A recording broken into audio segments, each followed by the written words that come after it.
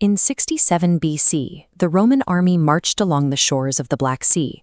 They were pursuing the forces of the Kingdom of Pontus, expecting a conventional battle. Instead, the soldiers stumbled upon chunks of golden honeycomb left deliberately along their path. Starving and exhausted, they ate the honey. Within minutes, the troops began vomiting, losing coordination, and falling to their knees, completely paralyzed.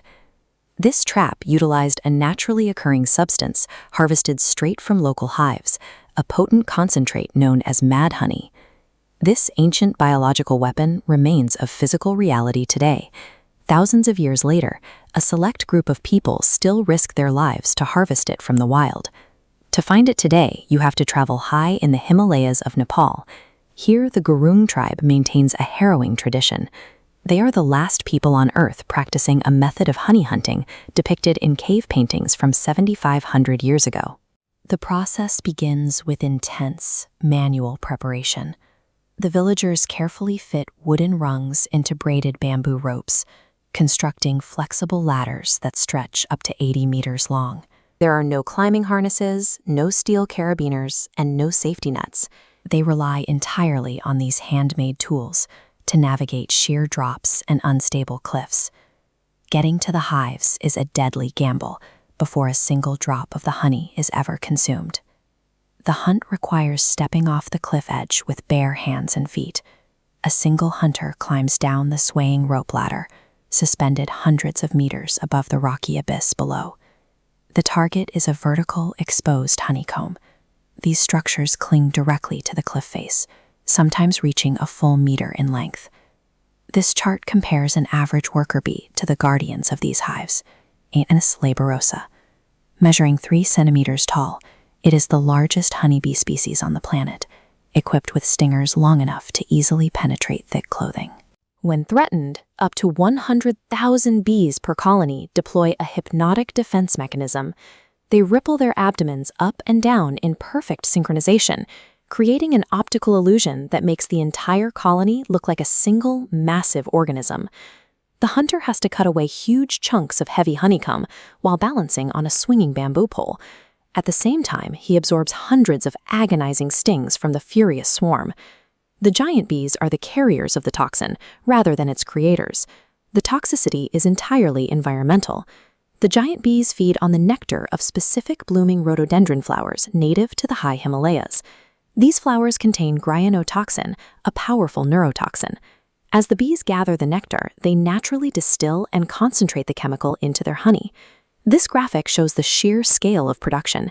It takes roughly 4 million flower visits for the bees to yield a single kilogram of this rare, toxic substance. Their production rate is staggeringly low. An individual worker bee yields only 1/12 of a tablespoon of honey in its entire life. Generating a single kilogram requires approximately 4 million separate flower visits.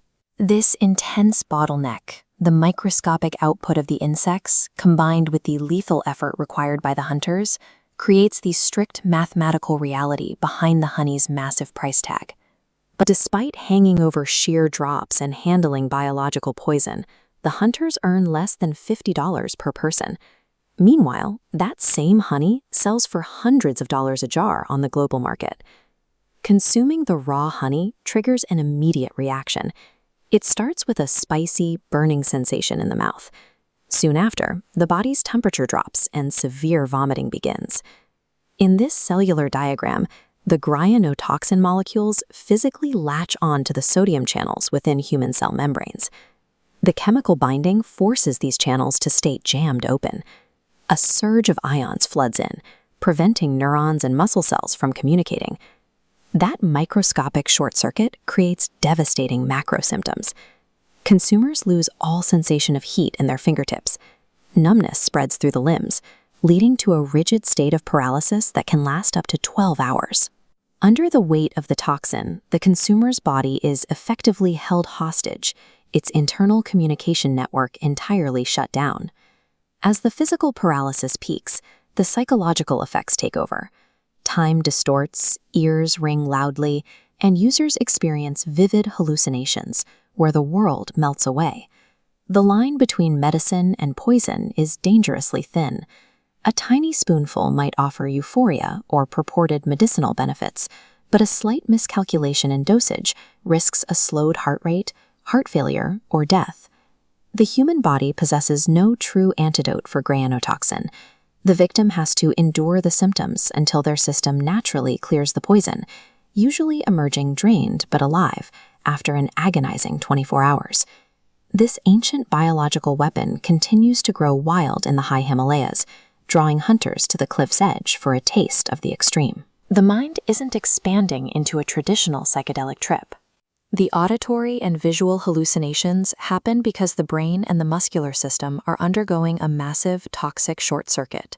These brutal physiological effects are so consistent that in 67 BC they were effectively deployed as the earliest known biological weapon.